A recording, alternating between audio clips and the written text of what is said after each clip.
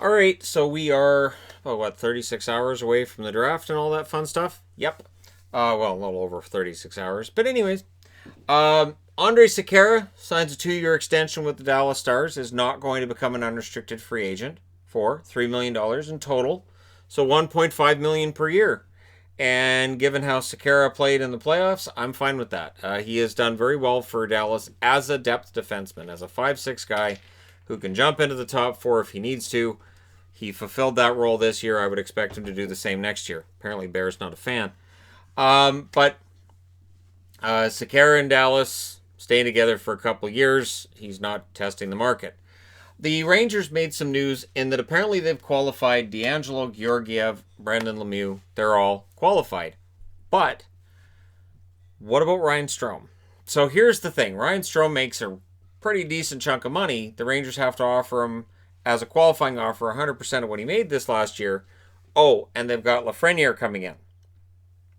So the thinking might be, with Kakko and Lafreniere, Strome might be the odd guy out. So Strome may very well go to the unrestricted free agent market, with the Rangers looking and saying it's a heck of a lot cheaper for us to bring in Lafreniere to play a top six role. And I don't think there's much question about whether or not Lafreniere is going to excel at the NHL level and do so right out of the gate. But I know there's going to be people who say, well, you can't bet on that. The Rangers may very well do exactly that. And so Strome, to this point, rumor has it, not qualified yet. So things could get really interesting with unrestricted free agency if Strome hits the unrestricted free agent market. Does Edmonton come calling if Strome hits the free agent market? And does he answer the phone if Edmonton calls? We could see some really odd pairings coming out of this free agency period. Grabner's cleared waivers from Arizona. Of course, they put him on waivers yesterday, and so he cleared without any trouble, so he is officially bought out. Grabner, unrestricted free agency, add his name to the craziness that will be October 9th. And keep in mind that waivers are still going to be cropping up until probably the 7th, because your deadline is the 8th. So putting somebody on waivers for the purpose of buying them out will still be a thing up until the 7th. So if you're looking at a player and going, I don't know why he's got bought out yet, we haven't reached the deadline. So once we reach the deadline, then we can discuss who didn't get bought out and why Louis Eriksson wasn't bought out by the Canucks. There's many obvious reasons for that, but he's probably not getting bought out. I can't see it. But yeah, so Grabner clears waivers, and I think there will be some teams that come calling for him. If I'm Michael Grabner, I look at the offers. They're probably going to be about the same monetarily, so I'm going to look at where I'm going to get the best chance to win.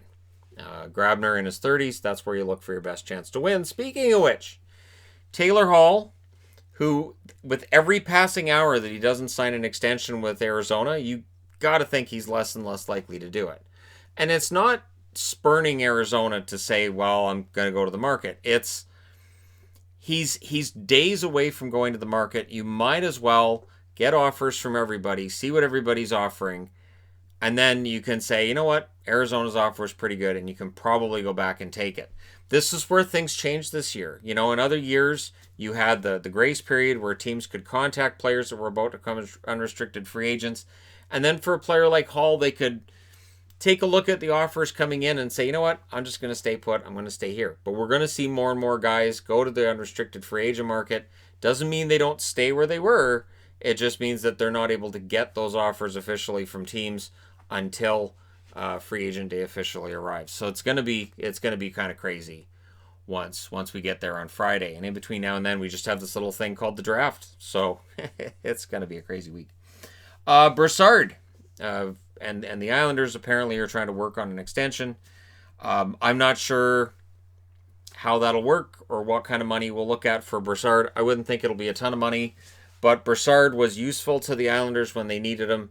He is more of a depth forward at this point than anybody you'd look at for your top or middle six, but he's useful, and he is capable of stepping it up if he needs to. If there's injuries, he's capable of playing a bit of an expanded role. It makes some sense for the New York Islanders to work things out with him if they can. And that's the thing, if they can, right? So we'll see what happens. Again, kind of a quiet day today. Things will probably really pick up tomorrow as we're on the eve of the draft. I keep wanting to say trade deadline because it feels like that, doesn't it? And then the draft, we're going to see some craziness. And then free agency, it should just be it is literally a free-for-all. So there you go. Let me know your thoughts in the comments section below as always. Laine's name's not on the board because we haven't had any update on Laine. I'm not doing a bunch of crazy rumors on Laine. I know, every site's got crazy rumors on Laine. I know, I've heard, let's see, Laine going to Edmonton in a three-way deal where McDavid goes to Toronto, and then you end up with Matthews in Winnipeg, and to get Laine, and then 6 first-rounders go to Edmonton. 4 of them are from the Islanders, and it's some weird trade that involves portals, and I really shouldn't say anything more. So, all right, that's how crazy things are getting, and I'm staying out of it because, honestly, I don't think Winnipeg's had talks yet on this. I think it's just a matter of the speculation being there, so everybody's running with it and going completely and totally crazy. Let me know your thoughts, though, in the comment section below, as always. Don't forget to hit like and subscribe if you're browsing your way through. Just tapping upon this video. Thank you guys so much for watching, for all your support. I will talk to you again soon.